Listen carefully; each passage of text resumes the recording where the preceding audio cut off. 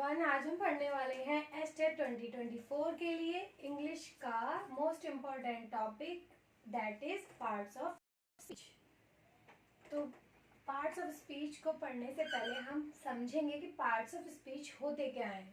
तो parts of speech ऐसे words होते हैं जो परफॉर्म करते हैं अलग अलग तरह के रोल्स एक अंदर।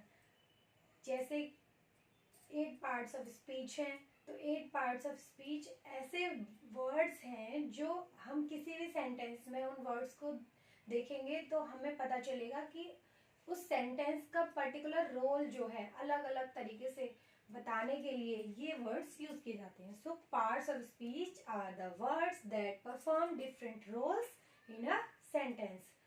अब हम जा रहे हैं 8 पार्ट्स ऑफ स्पीच को समझने। तो सबसे पहले पहला पार्ट ऑफ स्पीच जो सबको नॉर्मली पता है वो है नाउन, जिसे संज्ञा कहते हैं। तो नाउन क्या है? Noun is everything we are surrounded by, like we are surrounding by nouns, जैसे पर्सन, प्लेस और थिंग। बचपन की डेफिनेशन है noun is the name of a person, place और थिंग। तो उसी डेफिनेशन के बेसिस पे आप समझ सकते हो कि किसी भी चीज, पर्सन का, प्लेस का या थिंग का नाम क्या होता है? नाउन होता है। Like Ram, Agra, bag. Ram is person, Agra is a place and bag is a thing. So these are noun. So we can say like Ram is going to Agra. तो कोई जो पर्सन है राम, राम कौन है? नाउन। तो ये हो गए हमारे नाउन्स। अब हम बढ़ेंगे प्रोनाउन की तरफ। तो प्रोनाउन क्या है? प्रोनाउन जो है वो ऐसे वर्ड्स हैं जिनको हम यूज करते हैं सब्स्टिट्यूट करने के लिए एक नाउन को किसी भी सेंटेंस के अंदर। अगर हम किसी भी सेंटेंस को लेते हैं तो उसमें अगर कहीं नाउन यूज हो रहा है और हमें उस सेंटेंस को अगर दूसरे तरीके से रिप्लेस करके नाउन को बनाना है तो वहां हम प्रोनाउन का यूज करेंगे। आई, ही, शी, इटीसी और इट भी कह सकते हैं। तो ये सारे ही हमारे प्रोनाउन हैं। I, she, he, it, these all are pronouns. So words that are used to substitute a noun in a sentence are called pronoun. किसी भी नाउन की जगह हम प्रोनाउन को यूज करेंगे सब्स्टिट्यूट करने के लिए। अर्थ वही रहता है सेंटेंस का, बस उसकी जगह हम यूज कर सकते हैं। जैसे हमने पहले नाउन में समझा था कि Ram is going to school, like we have given a sentence Ram is going to school. तो Ram is going to school में हम यहाँ हम ले सकते हैं Ram is going to school. तो राम की जगह हम क्या यूज करेंगे? ही। तो राम की जगह हमने ही यूज कर दिया और चेंज, सेंटेंस का कोई अर्थ भी चेंज नहीं हुआ कि राम स्कूल जाता है, राम स्कूल जा रहा है। तो राम स्कूल जा रहा है की जगह अगर हमने राम की जगह ही प्लेस कर दिया तो ही क्या हुआ? प्रोनाउन।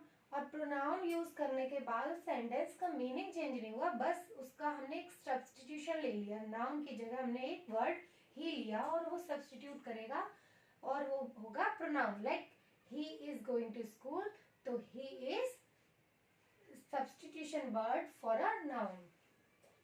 सो प्रोनाउन समझ आ गया। अब हम समझने जा रहे हैं वर्ब्स। तो वर्ब्स को हम हिंदी में क्रिया कहते हैं, राइट? तो क्रिया होती क्या है? क्रिया कोई भी एक्शन, वो क्रिया होती है। अब इसको हम डेफिनेशन से समझते हैं। Words that denote an action that is being performed by the noun और the subject in a sentence. कोई भी वर्ड्स, ऐसे वर्ड्स जो एक्शन को डिनोट करते हैं, एक्शन बताते हैं। किसी भी नाउन के द्वारा कोई एक्शन या सब्जेक्ट, सेंटेंस के सब्जेक्ट के द्वारा कोई एक्शन जो परफॉर्म की जा रही है, like read, sit, run and pick, ये ऑल क्या है? ये है वर्ब्स। ये सब ऐसे एक्शंस हैं जो कोई नाउन परफॉर्म करेगा या सब्जेक्ट ऑफ अ सेंटेंस, कोई भी सेंटेंस का सब्जेक्ट परफॉर्म करेगा, तो वो सब हमारी वर्ब्स होंगी। अब हम इसका एक एग्जांपल लेते हैं, जैसे शी रीड्स अ बुक। तो she is pronoun, but this is also the subject. तो सब्जेक्ट क्या कर रहा है, रीड कर रहा है। रीड क्या है, हमारी एक्शन। तो ये एक्शन जो है वो वर्ब हो गई। तो अब वर्ब समझ लिया, अब हम बढ़ेंगे एडवर्ब की तरफ। एडवर्ब्स क्या होती है, एडवर्ब्स होते हैं वर्ड्स जो कि यूज किए जाते हैं ज्यादा इंफॉर्मेशन बताने के लिए, provide more information about verbs, adjective and other adverbs used in a sentence. तो एडवर्ब्स क्या करते हैं, एडवर्ब्स करते हैं प्रोवाइड करते हैं इंफॉर्मेशन को, किसके बारे में, वर्ब्स के बारे में, एडजेक्टिव के बारे में और एडवर्ब के बारे में। तो अभी हम एक जैसे किसी सेंटेंस को लेते हैं कि पहले तो ये देखते हैं कि किस तरह की हमारी एडवर्ब्स यानी ऐसे वर्ड्स होते कैसे हैं। टुडे, क्विकली, अर्ली, ये तीनों ही वर्ड क्या है, ये एडवर्ब्स हैं। अब अगर एक सेंटेंस फ्रेम किया जाए कि can you please come quickly, तो क्विकली क्या कर रहा है, क्विकली कर रहा है ये इंफॉर्मेशन दे रहा है। किसकी इंफॉर्मेशन दे रहा है, वर्ड की। देखते हैं वर्ड की इंफॉर्मेशन दे रहा है, यस दे रहा है। Can you please come quickly, क्या आप आ सकते हो, कैसे आ सकते हो, quickly. So quickly is defining the verb कि कैसे आना है, कैसे आना है, क्विकली आना है। तो क्विकली हो गया हमारा एडवर्ब। किसी भी एडजेक्टिव के बारे में या किसी भी एडवर्ब के बारे में अगर आपको बहुत इंफॉर्मेशन प्रोवाइड हो रही है उस सेंटेंस के अंदर किसी ऐसे वर्ड से, तो वो वर्ड्स हमारे हो जाएंगे एडवर्ब्स। इस तरह के वर्ड्स होंगे like today, quickly, early, etc। Adverbs clear हो गए। अब हम जा रहे हैं एडजेक्टिव्स की तरफ। तो एडजेक्टिव्स क्या होते हैं, words that are used to describe or provide more information about the noun or the subject in a sentence। तो words जो यूज किए जाते हैं डिस्क्राइब करने के लिए more information about the noun or the subject in a sentence। मतलब अगर किसी भी सेंटेंस के अंदर अगर कोई नाउन है या सब्जेक्ट है, उस सेंटेंस के नाउन और सब्जेक्ट के बारे में अगर हमें कुछ इंफॉर्मेशन मिल रहा है तो वो वर्ड जो हमें इंफॉर्मेशन दे रहे हैं नाउन और सब्जेक्ट की, वो होते हैं एडजेक्टिव्स। तो अब एक एग्जांपल, वो वर्ड्स कैसे, पहले तो ये देखते हैं लाइक गुड, अगली, ब्यूटीफुल, इस तरह के वर्ड्स हो जाएंगे हमारे एडजेक्टिव्स। और एडजेक्टिव का काम क्या है, डिस्क्राइब करना, किसको, नाउन को या सब्जेक्ट को। जैसे एक एग्जांपल लिया, the weather is pleasant today. तो वेदर क्या है हमारा, वेदर इज अ सब्जेक्ट। और वेदर क्या कर रहा है, वेदर कैसा है, प्लीजेंट है, आज का मौसम बहुत सुहाना है, the weather is pleasant today. तो यहाँ इस सेंटेंस के अंदर हमें पता है कि हमारा सब्जेक्ट की इंफॉर्मेशन मिल रही है हमें प्लीजेंट से। तो प्लीजेंट ये हो गया हमारा एडजेक्टिव, यानी कि हमारे सब्जेक्ट के बारे में इंफॉर्मेशन मिली है हमें इस वर्ड से जो कि है प्लीजेंट। तो प्लीजेंट हमारा एडजेक्टिव हुआ, यानी सब्जेक्ट के बारे में ज्यादा इंफॉर्मेशन प्रोवाइड जिस भी वर्ड से हो रही है वो वर्ड हमारा एडजेक्टिव होगा। तो the weather is pleasant today, आज का मौसम सुहाना है। तो आज का मौसम कैसा है, सुहाना। तो ये सुहाना या प्लीजेंट कैसे क्या वर्ड है हमारा, एडजेक्टिव वर्ड है। तो एक एग्जाम्पल क्लियर हो गया। अब दूसरे एग्जाम्पल में जाते हैं। Did you see how big that dog was, क्या आपने देखा वो डॉग कितना बड़ा था। तो वो डॉग कैसा है, बिग। तो ये जो वर्ड है बिग, बिग क्या कर रहा है, हमें इंफॉर्मेशन दे रहा है सब्जेक्ट के बारे में या नाउन के बारे में, जो डॉग है उसके बारे में। तो उस वर्ड को हमने बोला एडजेक्टिव। अब हम बढ़ रहे हैं प्रीपोजिशन की तरफ। तो प्रीपोजिशंस क्या होते हैं, प्रीपोजिशंस होते हैं words that are used to link one part of the sentence to another. ऐसे वर्ड जो एक पार्ट को सेंटेंस के दूसरे पार्ट से लिंक करेंगे, क्या करेंगे, लिंक करेंगे या जोड़ेंगे। ऐसे वर्ड्स को हम कहेंगे प्रीपोजिशन। और प्रीपोजिशन क्या करते हैं, preposition show the position of the subject और the subject in a sentence. So preposition क्या करेंगे, पोजीशन बताते हैं। क्या बताते हैं, पोजीशन ऑफ द ऑब्जेक्ट और द सब्जेक्ट। किसी भी ऑब्जेक्ट या सब्जेक्ट की अगर हमें पोजीशन किसी वर्ड से, किसी पर्टिकुलर वर्ड से हमें पता चल रही है तो उस वर्ड को हम प्रीपोजिशन कहते हैं। अब हम समझते हैं कि किस तरह के वर्ड्स होते हैं। वो वर्ड होंगे इन, बिसाइड्स, आउट, बिलो, etc। तो अगर इस तरह के वर्ड्स आ रहे हैं किसी सेंटेंस के अंदर तो वो वर्ड्स होते हैं प्रीपोजिशन, और ये हमें पोजीशन बताते हैं। इस अपनी प्रीपोजिशन के वर्ड में ही डेफिनेशन छुपी है, प्रीपोजिशन। पोजीशन को बताने के लिए जिन वर्ड्स का यूज किया जाता है किसी भी ऑब्जेक्ट या सब्जेक्ट की पोजीशन को बताने के लिए, तो वो होते हैं हमारी preposition. Let's take an example. तो ये एग्जांपल है, the school is in front of temple. तो हमारा सब्जेक्ट है स्कूल, क्या है, स्कूल। तो इस स्कूल या हम कह सकते हैं इस ऑब्जेक्ट टेम्पल के बारे में हमें किस वर्ड से पता चल रहा है, इन फ्रंट ऑफ, यानी के सामने।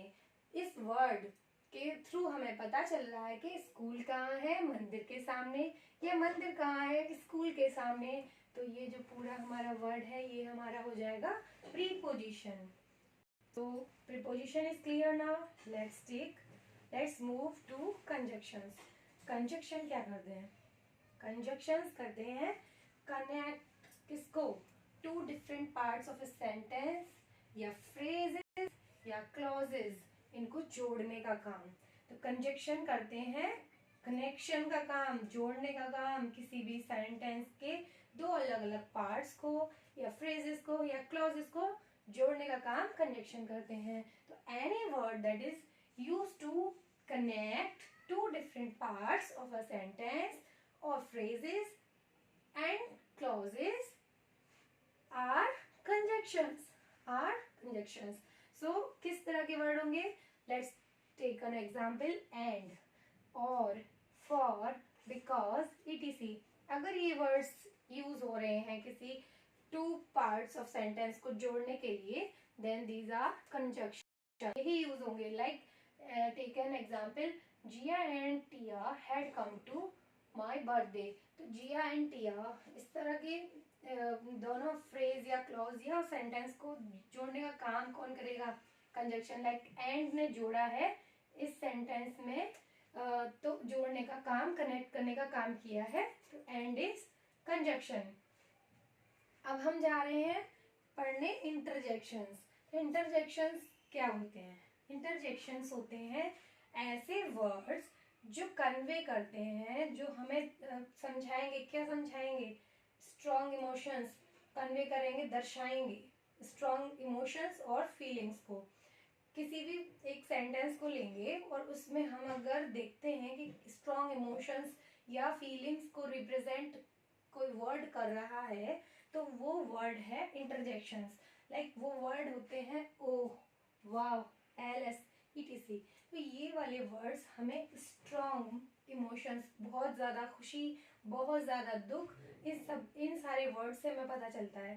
तो एक एग्जाम्पल भी ले सकते हैं, जैसे wow what a wonderful work of art, कितना सुंदर, कितना सुंदर वर्क ऑफ आर्ट है, काम कितना सुंदर काम है, हम कह सकते हैं। या किसी कला का कितना सुंदर काम है, कितना इसमें हमारा वाव, तो ये वर्ड हमारा निकला एक स्ट्रॉन्ग इमोशंस को रिप्रेजेंट करने के लिए।